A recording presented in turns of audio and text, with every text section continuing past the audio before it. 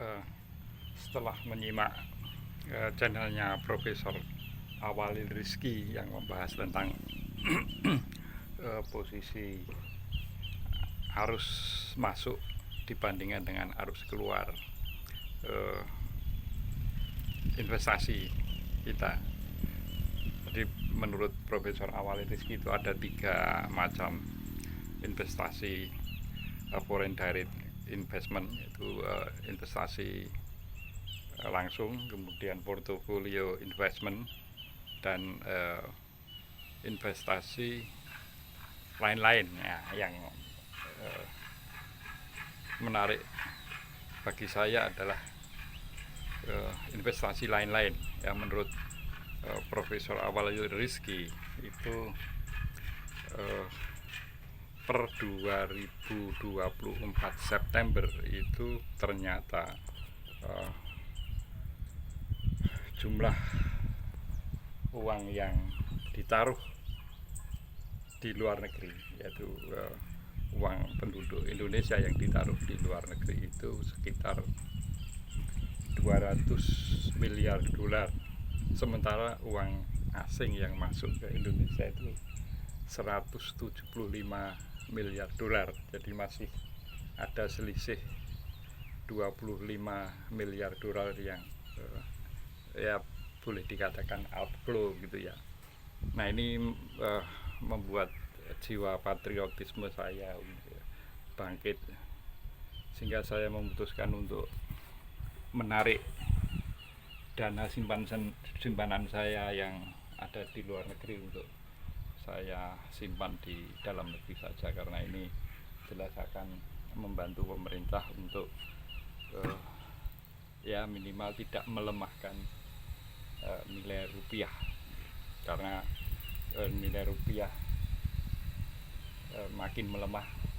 Saya belum ngecek pagi tadi kursnya berapa, tapi yang terakhir beberapa hari yang lalu itu saya cek 16.000 sekian. Ini satu kondisi yang memprihatinkan menurut saya.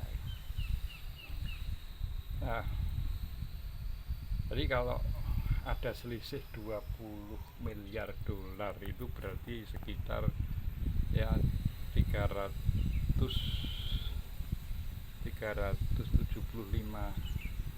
triliun ya, artinya 300 triliun lebih ya.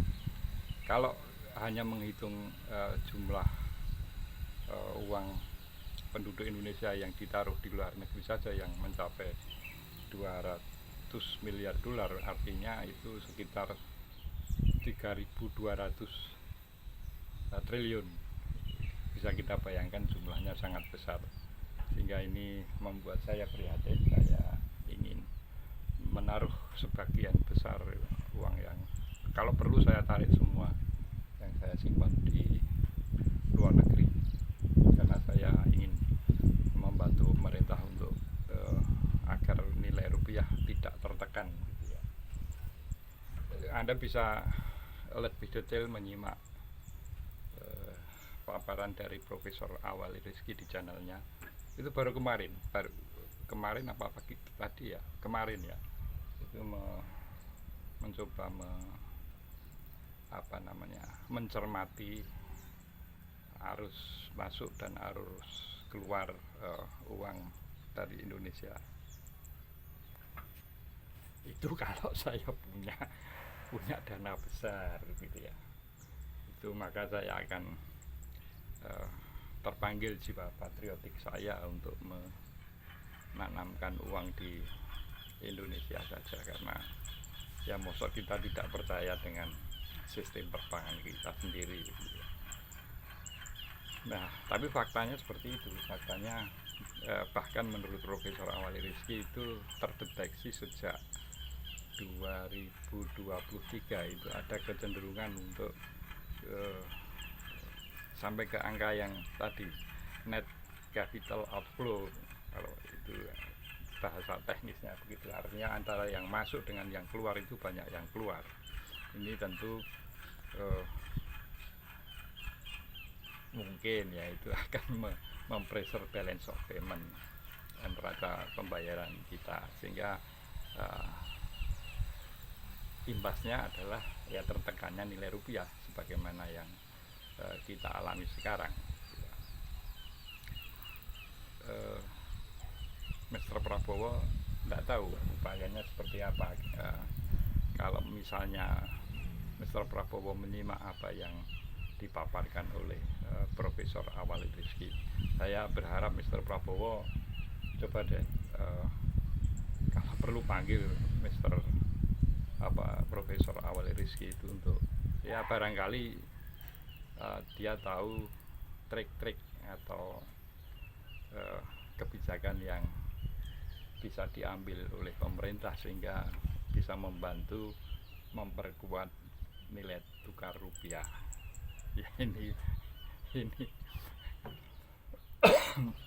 imajinasi liar saya, tapi ya saya sekali lagi turut prihatin dengan semakin kecenderungan semakin